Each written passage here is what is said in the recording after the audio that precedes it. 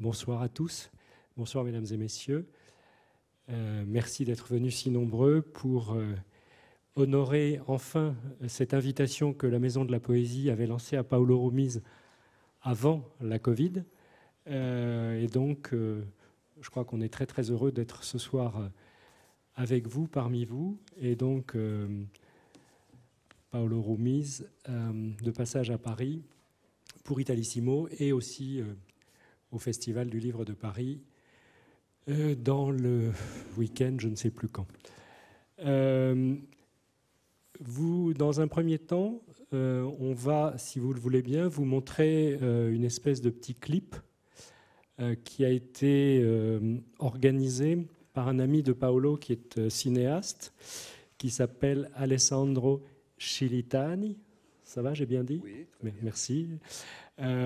Et Alessandro a accompagné Paolo dans un certain nombre de ses voyages et a en particulier tourné le film sur la Via Appia, sur ce grand voyage dont il nous parlera sans doute tout à l'heure. Donc ils ont fait ensemble une espèce de mini-montage, ça dure 6 minutes, avec, vous le verrez, un certain nombre de thèmes qui nous permettront de dialoguer après la diffusion du film avec Paolo. Si je me souviens de tout ce qu'il y a dans ce film, qui, vous allez voir, est assez riche, malgré sa durée assez courte.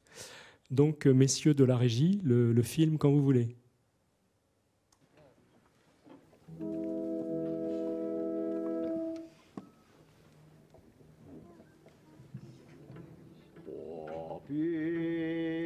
Higher, please.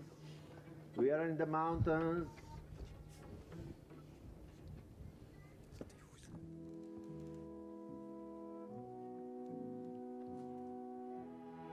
Alone?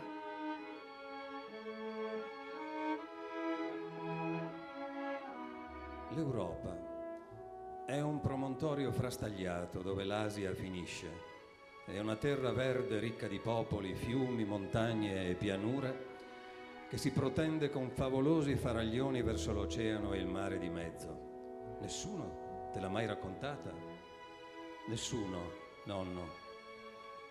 Allora ci andiamo assieme e siccome ti piace la neve partiremo d'inverno da Berlino, città che fu distrutta e poi ricostruita e poi ancora divisa da un muro terribile, e passeremo per terre misteriose chiamate Moravia, Galizia o Transilvania. Come viaggeremo?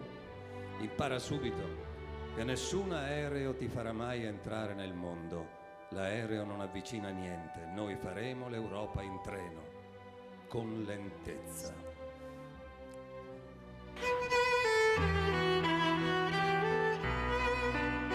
L'impact psychologique de ces soldats qui partaient à l'attaque et qui se retrouvaient devant leurs camarades qui venaient de se faire massacrer. Le problème qu'ont eu aussi les Terre-Neuviens, c'est un problème de communication. Normalement, la première vague d'assaut était un échec, donc la deuxième n'aurait pas dû partir, mais on ne savait pas ce qui se passait. Donc le quartier général a décidé d'envoyer la deuxième vague d'assaut quand même. Et voilà, ils ont eu le même souci que les soldats qui étaient partis avant. Ils se sont fait prendre par l'artillerie, par les mitrailleuses allemandes. Toutes ces pertes du 1er juillet pour les Terre-Neuviens n'auront servi à rien puisqu'il faudra 4 mois et demi pour prendre l'objectif qu'ils devaient prendre le 1er juillet.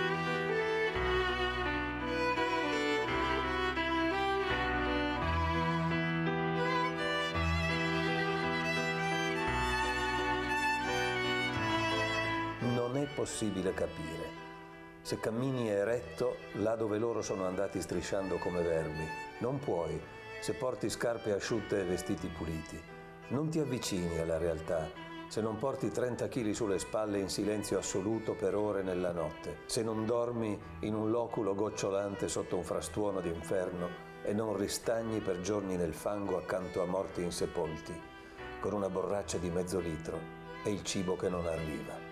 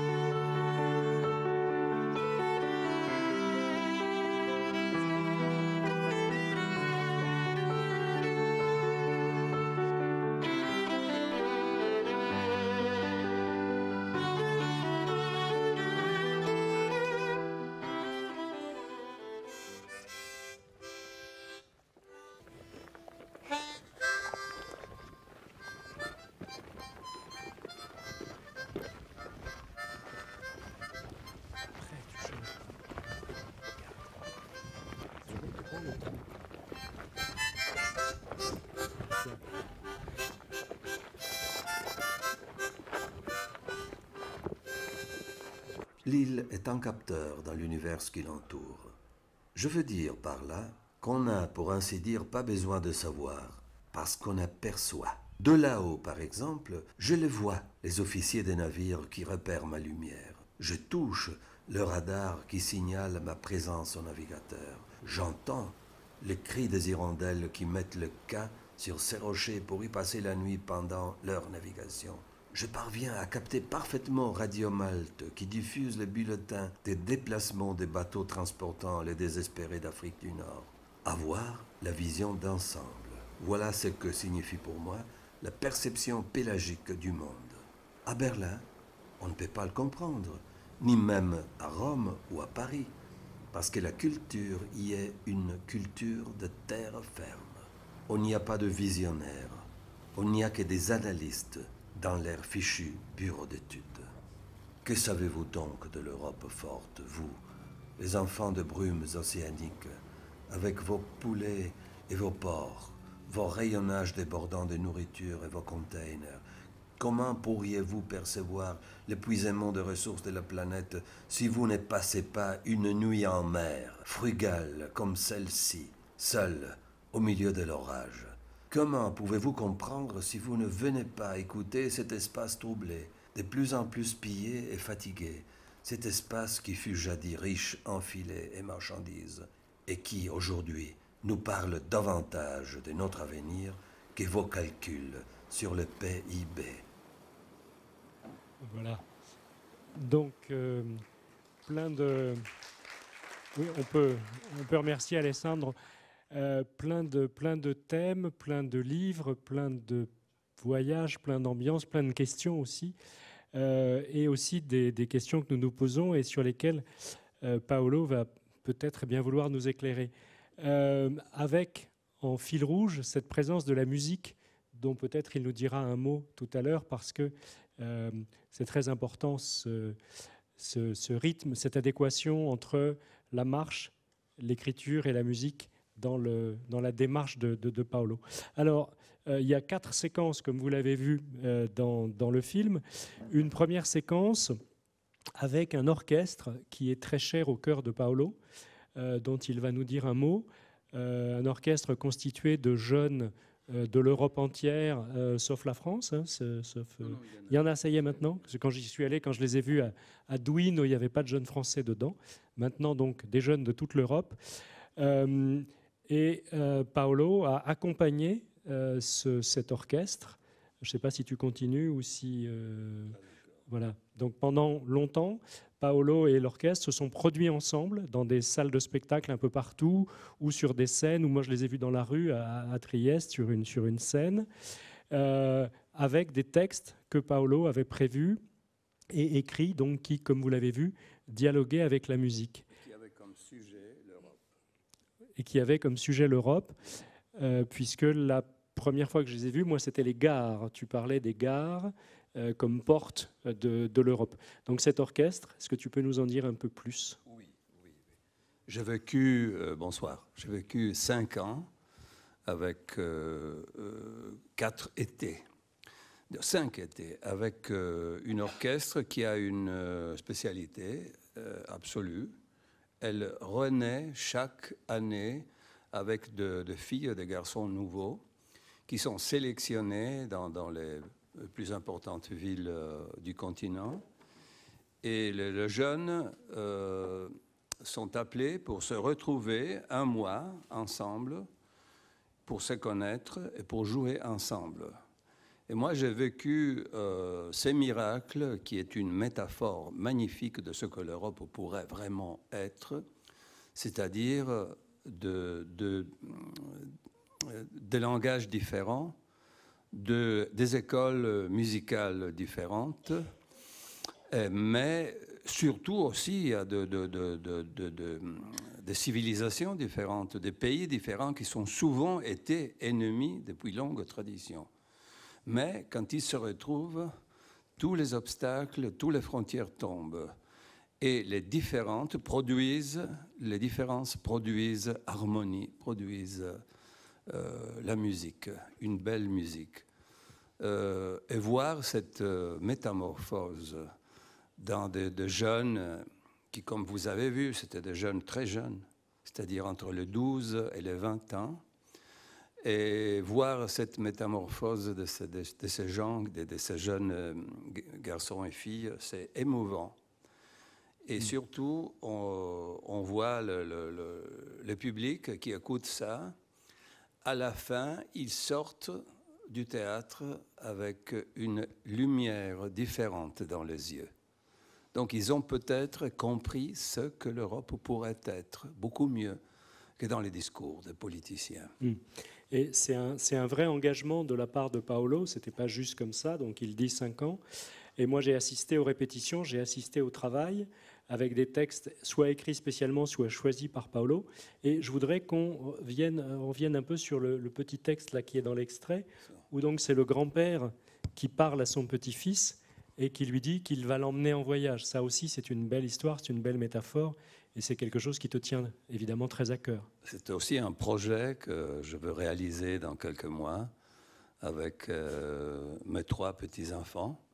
Je veux leur enseigner l'Europe, leur enseigner la différence qu'ils habitent et surtout les habituer au voyage, au discours du déplacement. Chaque jour, on va dans un autre endroit et le soir, on se raconte des histoires. Je pense que c'est quelque chose que je veux que reste dans leur mémoire.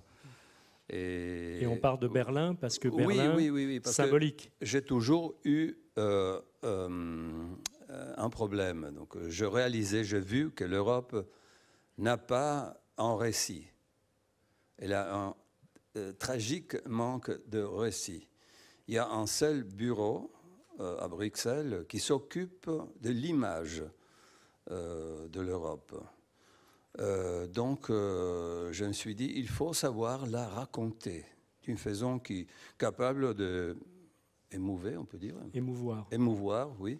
Les gens, montrer passion pour une idée qui a été une grande idée, hein, parce qu'après un siècle, après 50 ans de désastres,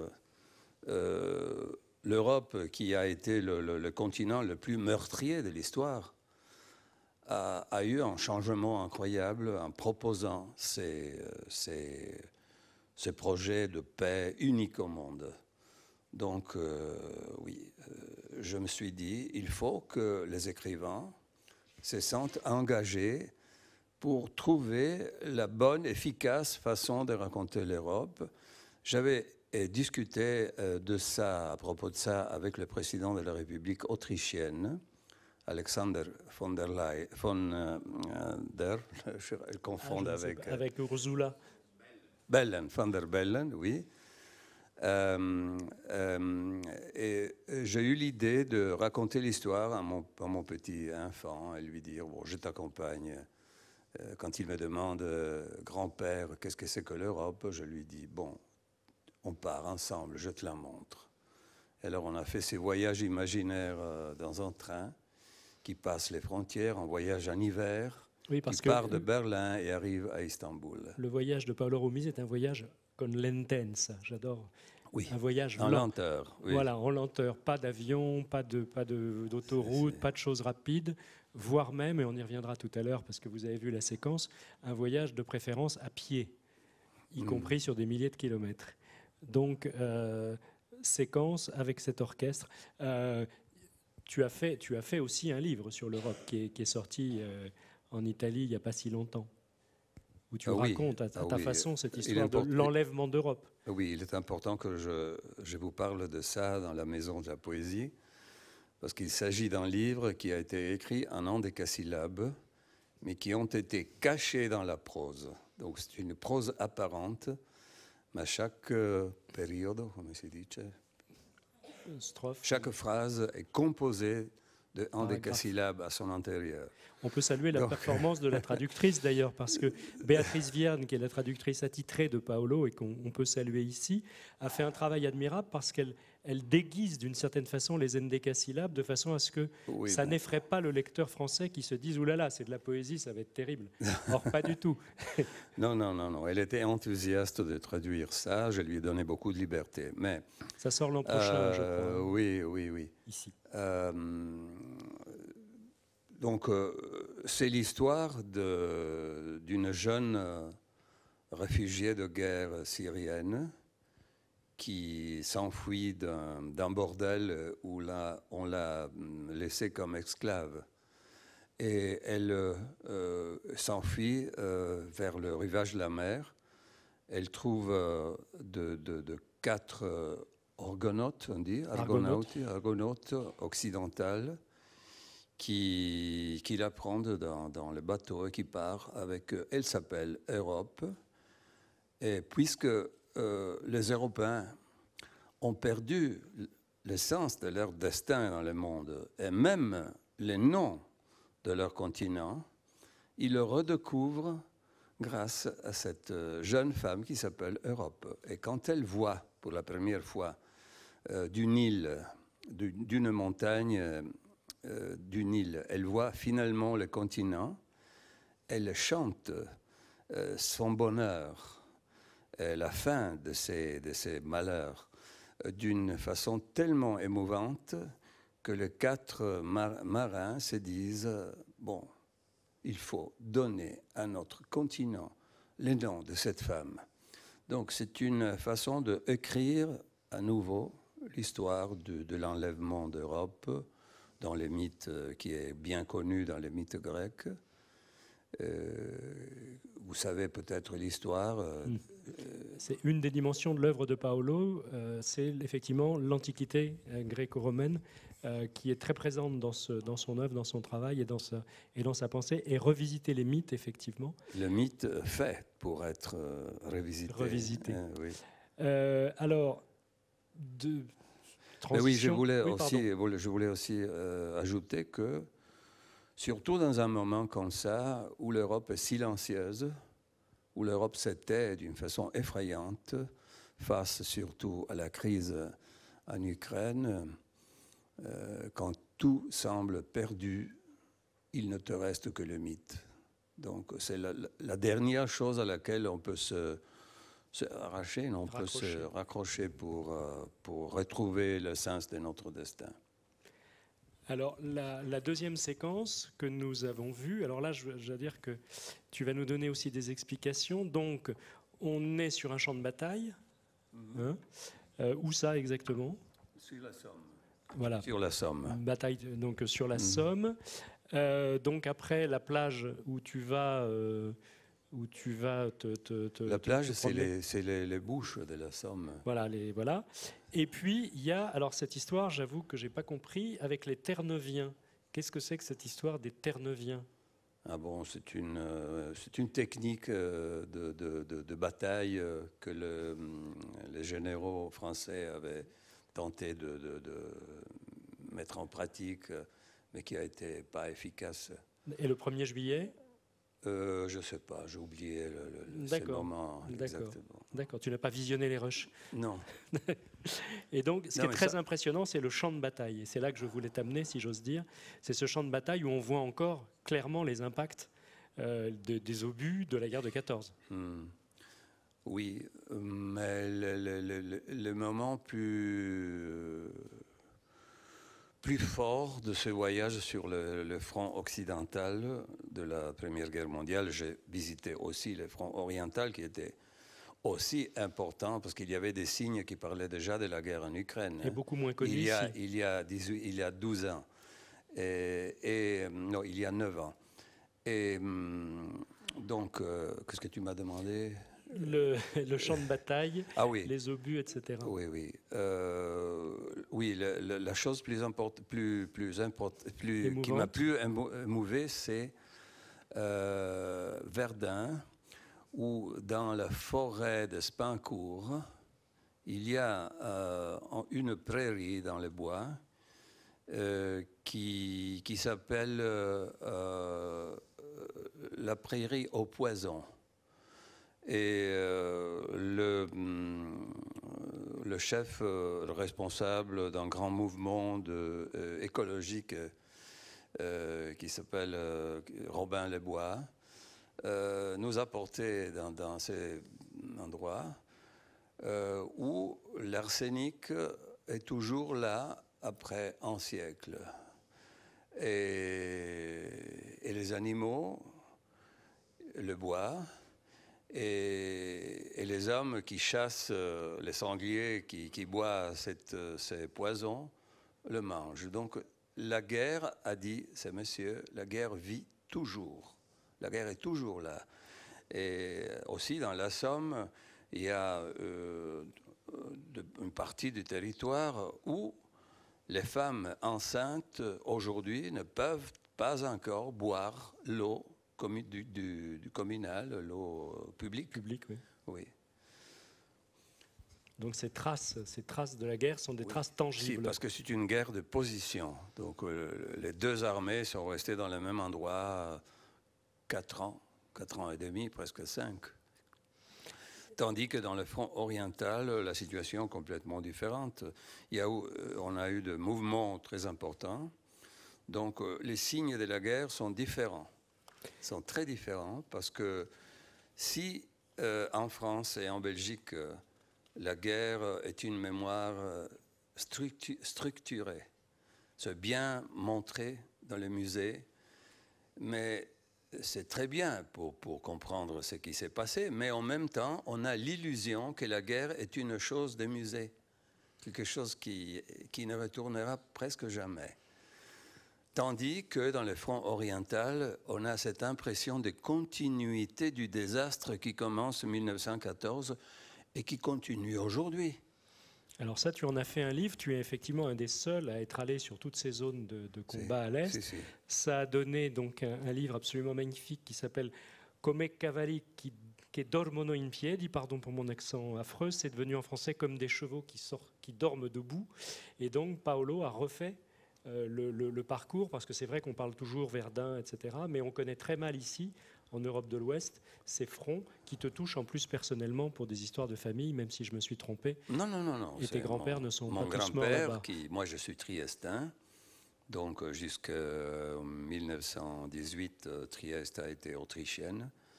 Et mon grand-père a dû partir pour la guerre sous les drapeaux autrichiens.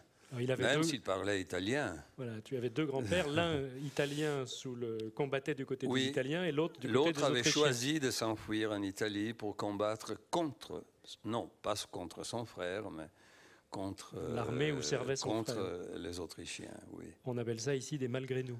Oui, voilà. Exactement. Les Alsaciens je l'écris dans les préfaces. Ouais, absolument. Et tout fait livre, effectivement, chez Paolo, c'est cette manière de revisiter les mythes, ses voyages. Donc, vous savez qu'il a commencé sa carrière comme grand reporter à La Repubblica, où il a notamment été envoyé sur des terrains de combat, et en particulier dans ce qu'on appelle maintenant la guerre en ex-Yougoslavie. Il est aussi allé en Afghanistan. Donc, il y a cette expérience directe, avant même de commencer sa carrière d'écrivain voyageur, il y a cette expérience directe, comment dirais-je, à force avec l'italien, je me perds, cette immersion dans la guerre, sur les terrains, effectivement, qui t'ont permis de relativiser et ensuite Mais surtout de comprendre que ce que j'ai compris, je le comprends encore mieux aujourd'hui, c'est que l'Europe, dans les Balkans, a perdu son innocence. Parce qu'elle a accepté la logique des combattants et l'a accepté un schéma, on dit un schéma de paix qui partait de la division ethnique. Donc s'il y a la division ethnique, alors il y a la paix. Mais ça veut dire une contradiction totale avec l'esprit de l'Europe. Donc je dis que nous avons perdu l'innocence ce temps-là, et c'est la raison pour laquelle maintenant nous ne pouvons rien dire face à la prétention de Poutine de diviser les Russes et les Ukrainiens dans le territoire de l'Ukraine moderne. parce que nous avons déjà laissé que ce type de destin s'accomplisse dans le Kosovo et avant, dans la Bosnie. Alors il faut savoir aussi, puisqu'on parlait tout à l'heure de tes origines, que tu as une sensibilité particulière, puisque le nom même de Paolo Roumis vient à l'origine de Roumélie. Tu vas nous expliquer un peu ce qu'est la Roumélie. Moi j'ai vérifié maintenant, c'est une province de la Bulgarie, mais c'était bien plus vaste à l'époque.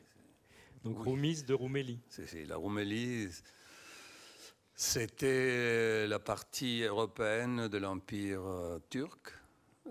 L'autre était l'Anatolie. Et mon nom vient de ça. Il y a beaucoup de chrétiens qui habitaient dans l'Empire ottoman qui ont préféré aller à l'ouest pour se protéger de la tyrannie turque. Et quand il arrivait à l'ouest, on les appelait les Roumels, les Roumils, les Rumises. Les Rumises. Oui. Ce qui est intéressant, c'est qu'ils arrivent à Trieste, qui est une porte d'entrée assez particulière aussi, dont tu rappelais l'histoire tout à l'heure. Trieste qui a changé de propriétaire, si j'ose dire, jusqu'à assez récemment, puisqu'elle a rejoint l'Italie seulement dans les années 50, après avoir été yougoslave. Oui. Elle a fini par être libérée des Allemands par les Yougoslaves. Elle est restée yougoslave jusqu'en 1954. Ma grand-mère a changé de drapeau 6 fois entre 1918 et 1954. Donc à moins qu'un demi-siècle, 6 fois on change de nation. On était autrichien, après italien, après allemand, après yougoslave, après anglo-américaine et à la fin italien. Et forcément, ma grand-mère, qui avait vécu les siècles les plus tragiques de l'histoire, peut-être, elle avait, ça m'émerveillait beaucoup, une idée presque comique de l'humanité qui était capable de faire tous ces changements en restant toujours la même. Donc, elle voyait cette tragédie comme une comédie. Donc, j'avais aucune idée de la tragédie qui s'était passée avant ma naissance. Un exemple, après la fin de la guerre, tout le monde faisait de grandes fêtes pour célébrer le retour de la paix. Et dans ma maison, après ma naissance, je me rappelle, il y avait toujours chaque samedi, chaque dimanche, il y avait beaucoup de gens qui venaient pour cuisiner, pour danser, pour chanter, pour jouer l'accordéon, pour se raconter des barzellettes, comme se dit, des blagues, oui. Et je me rappelle que l'homme qui était plus capable de communiquer sa joie, qui draguait des filles, qui jouait l'accordéon, qui racontait des blagues, c'était un juif survécu à Auschwitz. Donc imaginez-vous comment pouvais-je comprendre la tragédie qui venait de passer. C'est vrai que Trieste est vraiment une ville métisse, multiculturelle, pluriethnique, etc., avec une forte présence évidemment, une énorme communauté. Il y a quelques jours, j'ai rencontré un ami qui m'a parlé dans une seule phrase en 4 langues. Il m'a dit Lehaim, il a soulevé son verre avec du vin, il a dit Lehaim, qui est un juif, c'est à la santé. Hébreu, bonne santé, oui. Lehaim, Moulo, qui veut dire garçon dans le dialecte de Trieste, se čujemo, en croate, on se verra tomorrow. C'est sûr qu'une histoire pareille, ça relativise évidemment toutes ces notions de frontières. Et surtout l'idée de nation. De nation, etc., que tu combats. Alors, d'où aussi peut-être cette passion des frontières. Paolo Roumis est quelqu'un qui voyage sur les marges, sur les frontières, sur les routes, sur les cimes aussi, tous les moyens de communication et à la fois des moyens d'exclusion ou d'inclusion. Et il y a un voyage, moi, qui me touche énormément, c'est celui que tu as fait, donc c'est la 3e séquence de notre film, sur cette Via Appia. Donc on parlait tout à l'heure de ta fascination pour l'Antiquité. Paolo, vous le savez peut-être, a refait le voyage d'Hannibal à travers les Alpes. Ça a donné aussi un très beau récit de voyage. Et donc, il y a cette histoire de Via Appia. Tu l'as fait quand, dans quelles conditions, à pied? Et donc, ça a été filmé par le même Alessandro. Et il y a 3 DVD. 3 DVD qui ont suivi cette aventure assez extraordinaire, je dois dire. C'est le symbole de quoi, la Via Appia, pour toi? Oh, c'est le symbole de l'Italie oubliée, de l'Italie qui a peu de respect pour son héritage historique, mais en même temps qui garde des beautés inconnues, cachées, que nous avons trouvées tout le temps.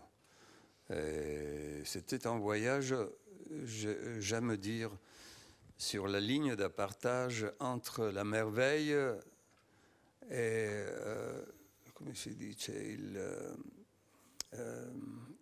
l'indignation. L'indignation. Oh bon. Oui, chaque jour, j'ai senti ces 2 sentiments en même temps. Donc, une terre qui a été vraiment bouleversée par le béton et en même temps reste très belle.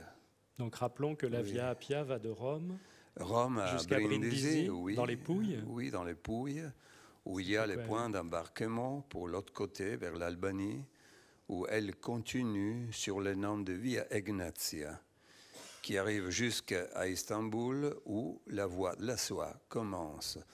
Donc, c'est quelque chose de très différent du chemin de Saint-Jacques, qui porte vers les néants, vers l'océan. Après Saint-Jacques, après le cap sur les falaises, il n'y a plus rien. Tandis que quand on arrive à Brindisi, on peut imaginer encore un voyage et après encore un autre. Et surtout, on se rend compte d'être dans le cœur de la Méditerranée. Et la Méditerranée, il faut que je le dise, que je le répète 1000 fois, nous oublions toujours. Nous qui regardons à l'Amérique comme modèle de démocratie, nous oublions que la Méditerranée a été la cuvée, on dit la cuvée?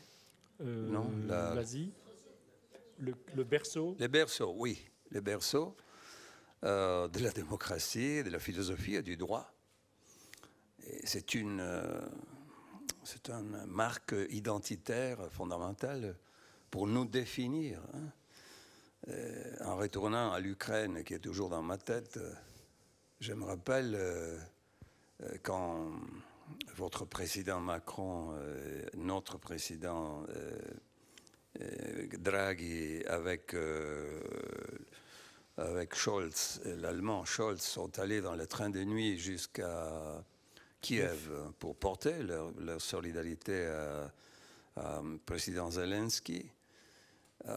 Je me suis dit, voilà, une très belle image, mais il est très facile de se définir face à un ennemi. Si tu te définis contre quelqu'un, tu comprends ce que tu n'es pas, mais tu ne comprends pas ce que tu es. Et alors, il est toujours important de dire qu'est-ce que nous sommes, qui est notre mère, d'où venons-nous? Et nous oublions toujours ça. Quand nous repoussons les Syriens, ils viennent de la même terre d'Europe, de la même. Et il n'y a pas de frontière entre nous et l'Asie. La seule frontière est l'Atlantique. Donc je dis toujours, je l'ai dit aussi à Ursula von der Leyen le 9 janvier de cette année, je lui ai dit, il faut mettre plus d'Europe dans notre atlantisme. Sinon, nous serons effacés du vent de l'histoire. C'est un peu ce qu'a dit le président Macron récemment et qui a suscité quelques polémiques.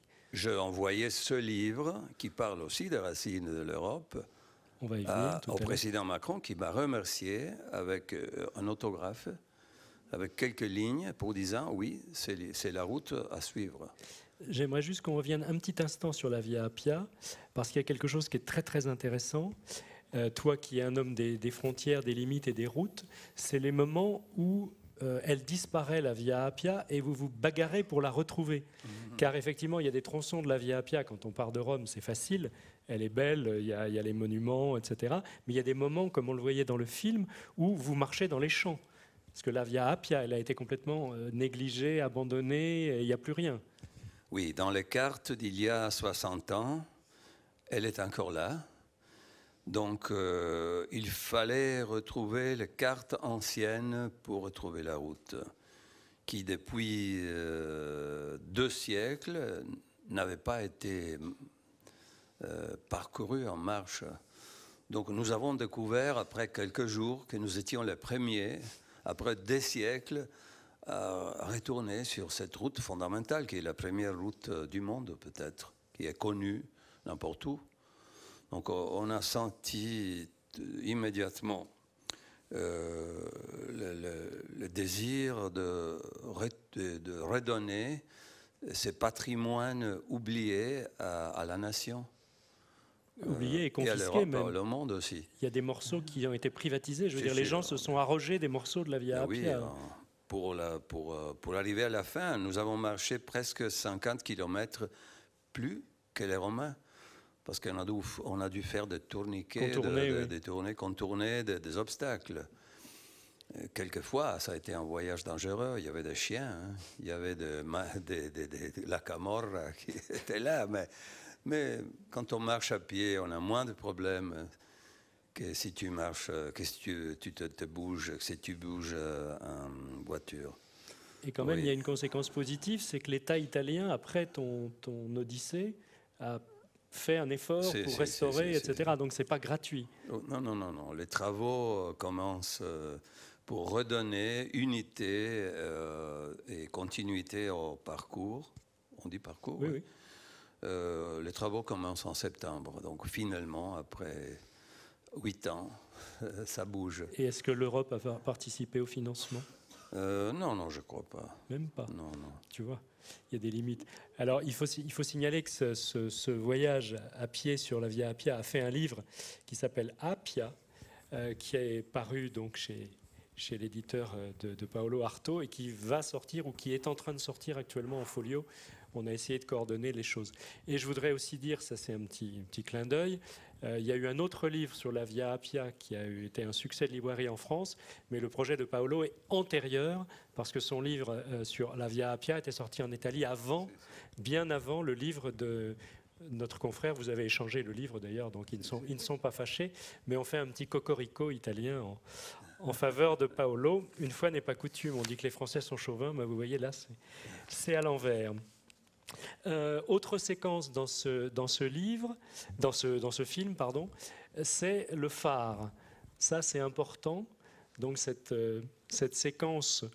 Donc à l'origine, il y a un vrai séjour que tu as effectué dans un phare en Méditerranée. Dans un phare dont je ne révèle pas. Je révèle pas les noms. Et c'est amusant parce que Paolo Rumiz, écrivain voyageur, mobile, marcheur, etc., s'enferme volontairement, se reclus dans un phare au large des côtes ex-yougoslaves, mais donc on ne lit pas, pardon, en pleine mer, pardon. Et je me souviens que tu avais raconté que à l'origine, tu avais peur de ne pas avoir de matière, tu n'avais pas emporté assez de carnets. Parce que Paolo a toujours des carnets dans ses poches, et il avait peur de ne pas avoir assez à écrire. Et en fait, ce qui s'est passé, c'est quoi? Ah bon, j'avais peur aussi de la dépression. J'avais porté avec moi des livres. 20 livres, une vingtaine de livres, et naturellement avec 60 kilos de nourriture et 20 litres de vin. 3 semaines? 3 semaines? Un mois. Un mois, oui, je ne suis pas tombé loin. Beaucoup. 60 litres de vin pour un mois? Non, c'est pas beaucoup, 20 litres. Oh, pardon. Ouais. 20 litres. 60 kilos et 20 litres. Et en fait, ce qui s'est passé, c'est que tu as eu trop de livres et pas assez de carnets. Le directeur de mon journal, qui m'a fait faire un hebdomadaire, comment on dit un feuilleton. Un feuilleton, oui. Dans la Repubblica, en l'occurrence. Dans la Repubblica, oui. Il avait beaucoup de confiance en moi, mais il m'a dit, permets-moi d'exprimer un doute. Qu'est-ce que tu peux écrire dans un lieu où rien ne se passe? Oui, parce qu'il faut dire que chaque été, pour expliquer à nos amis, chaque été, pendant 15 ans, Paolo publiait dans la Repubblica un feuilleton hebdomadaire donc, du voyage qu'il avait effectué au printemps. Donc c'était une espèce d'envoyé spécial, et ensuite il racontait dans la Repubblica ce qui a été la matrice aussi des livres. Fin de la parenthèse et pardon. Donc le directeur de la Repubblica... Et moi aussi, j'avais un doute. Mais j'étais tellement fatigué, parce que la même année, j'avais fait tout le front de la guerre mondiale dans un mois et demi. Donc je suis arrivé épuisé à la maison, et je devais partir pour le grand voyage d'été. Et j'ai dit, bon, ce temps-là, je vais faire un voyage immobile. J'ai dit au directeur, un voyage immobile. Mais je suis parti avec des doutes. Non, j'ai porté des livres, j'ai porté des médecines contre la dépression, imagine. Mais tout seul il y avait le gardien qui ne parlait pas ma langue.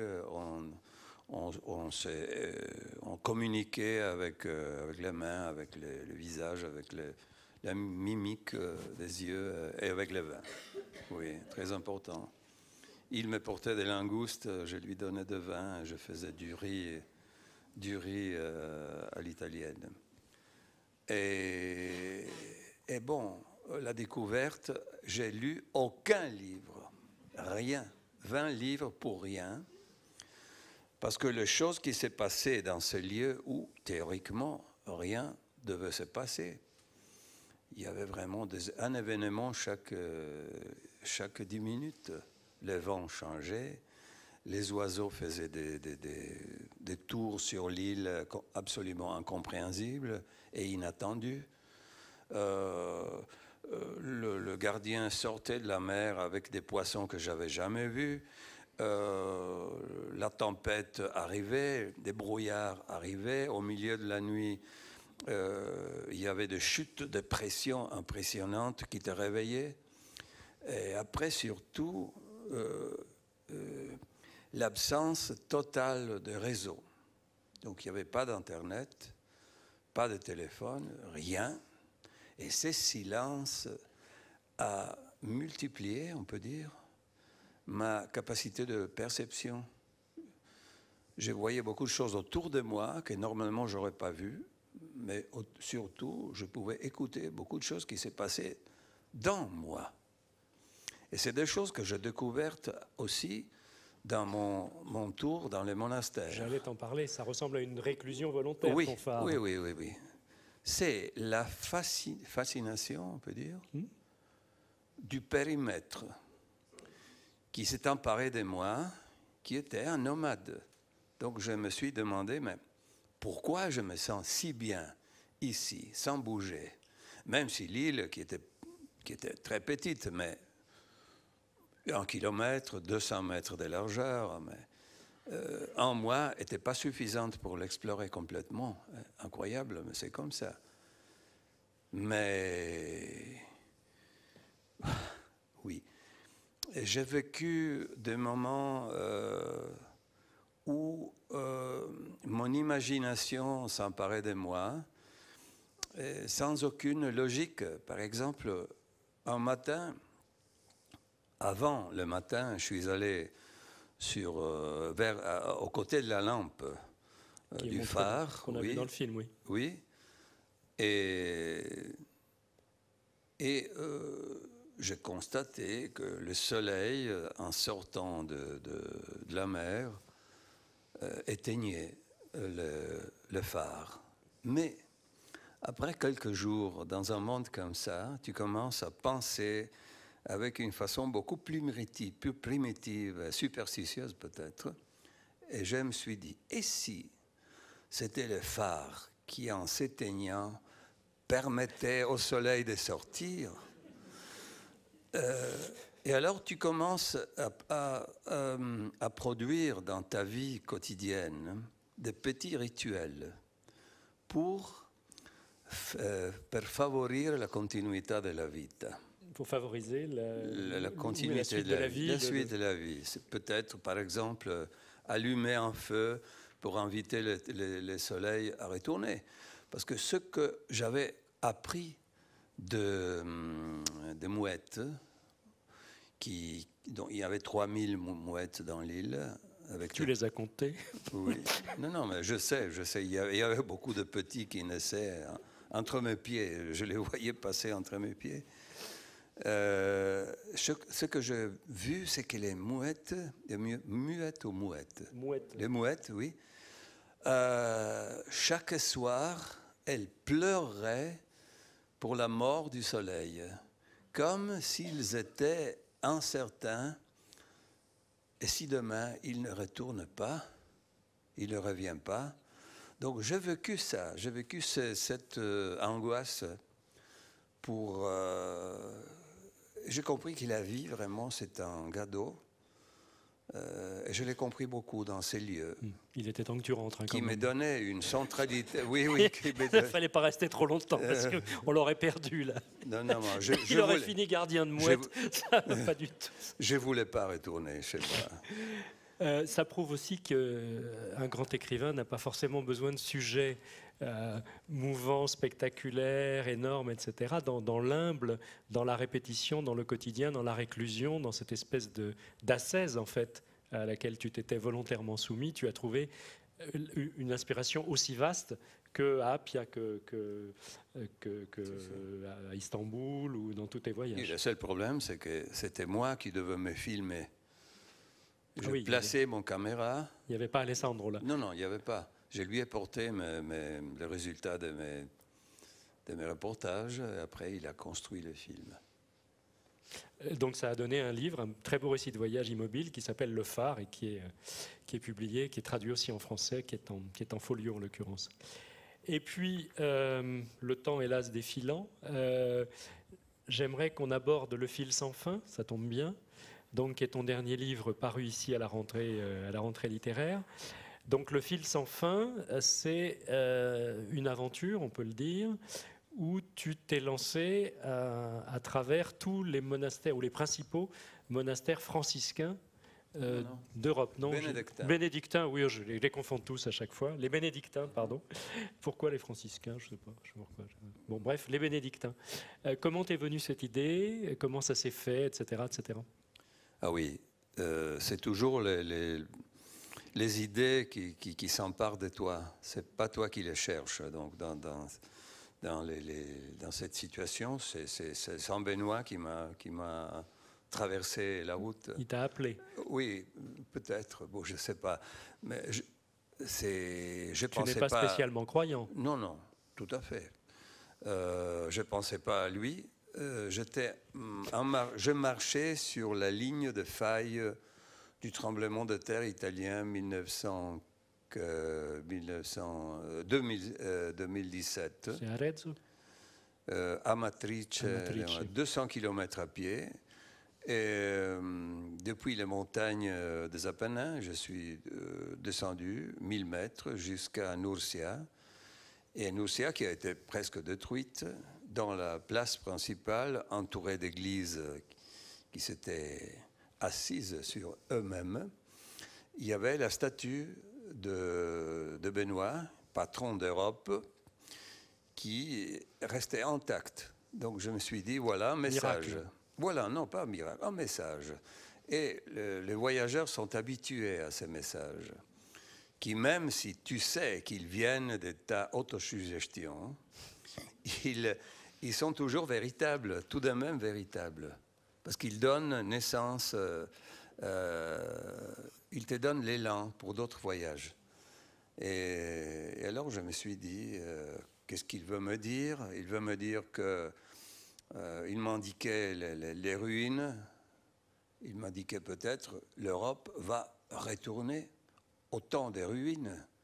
Ou bien il me dit le contraire, c'est-à-dire même si les ruines retourneront, moi je reste intact. Donc ma règle reste intacte et ma règle est toujours importante dans l'Europe d'aujourd'hui.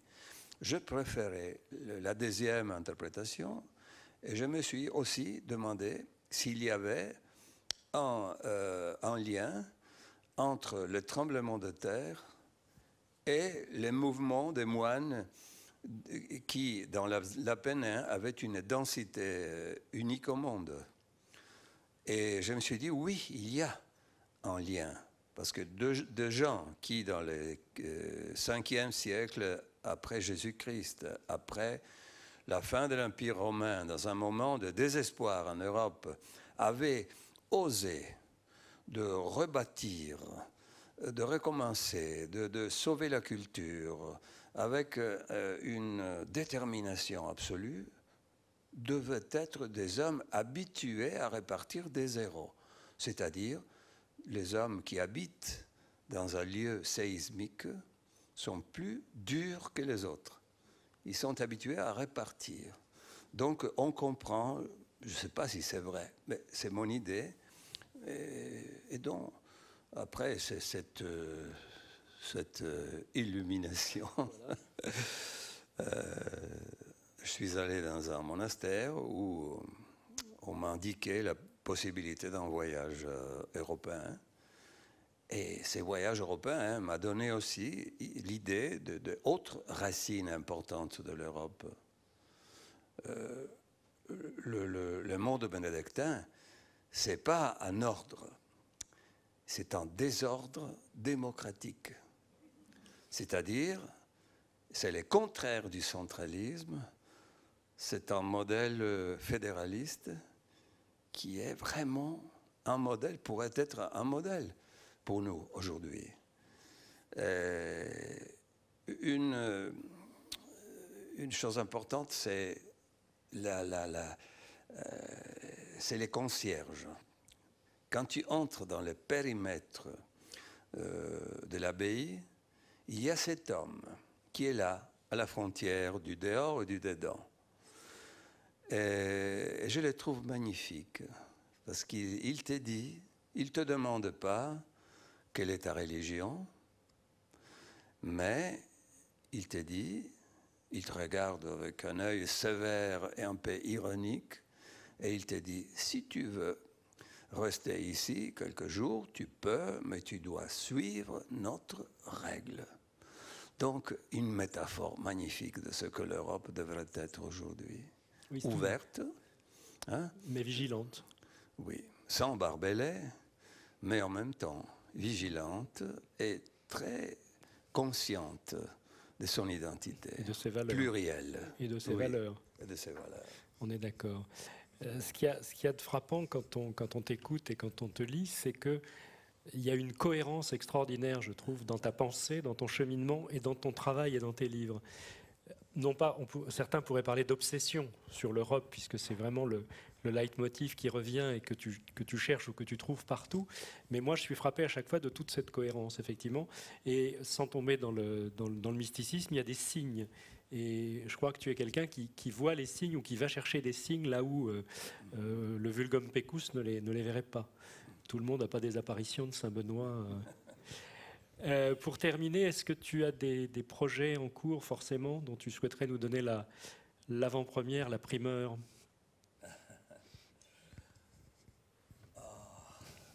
Il y a deux romans de histoires d'amour très bouleversés. Alors oui, là, c'est un scoop. Hein. Mais qui part d'une histoire qui m'a été racontée et que j'aimerais développer avec ma fantaisie.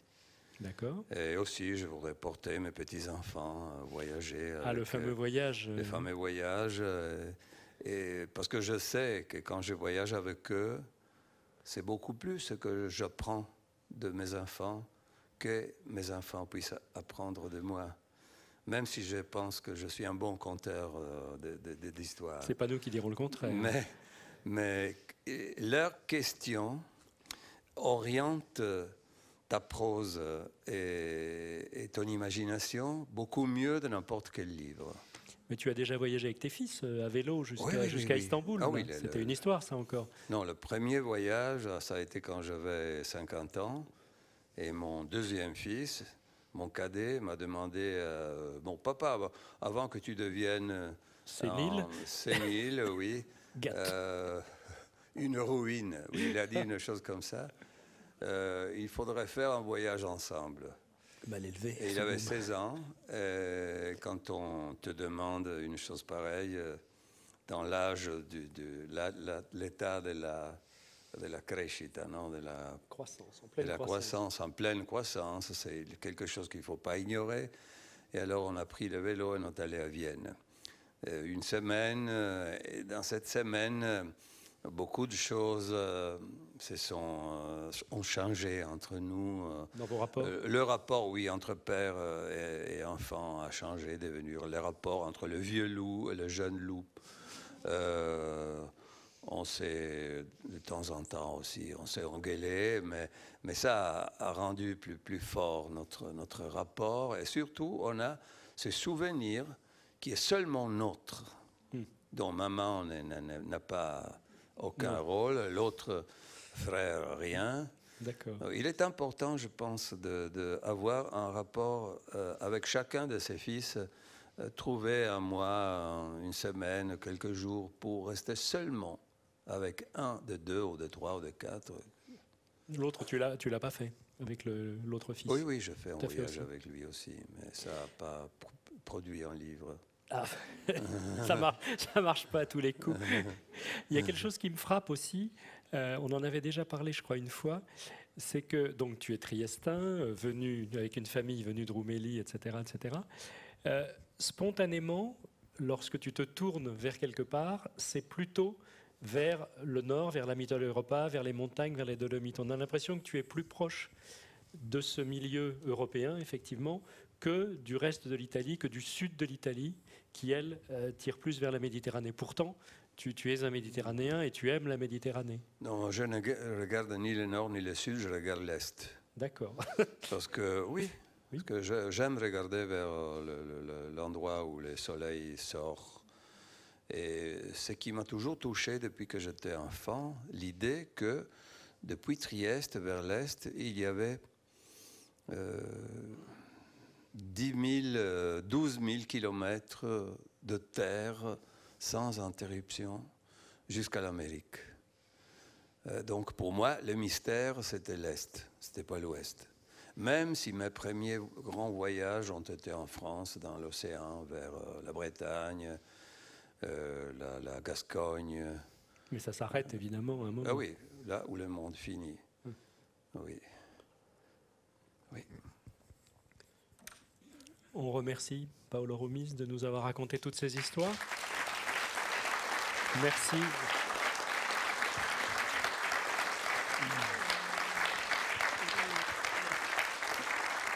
Merci à vous. Merci de votre attention. Et je le signale pour ceux qui voudraient encore du Paolo Rumiz, il y a une rencontre qui est organisée au Festival du Livre de Paris avec un dialogue qui va être formidable entre Paolo Rumiz et Paolo Cognetti. Et c'est notre ami Fabio Gambaro qui présente ça. Je ne sais plus quand c'est. Toi, tu te souviens? C'est demain ou après-demain? Demain à 2h l'après-midi. Demain, 14h, au FLOP, donc au FLP. Paolo Cognetti, le jeune loup. Paolo Rumiz, le vieux loup voyageur, en dialogue avec Fabio Gambaro. Les deux montagnards. Bah, il est montagnard aussi. Je suis un montagnard de mer. Oui. Comme un montagnard de mer, comme magistralement a défini, c'est une idée de Fernand Braudel. La perception pélagique Français. du monde. Oui. Voilà, tu en parles dans le film, si j'ai bien suivi. Merci encore. Et donc, ceux qui veulent encore plus de Paolo Rumiz peuvent le voir en signature à l'extérieur de cette belle salle et demain, donc, au salon du livre avec Paolo Cognetti. Merci et bonne soirée.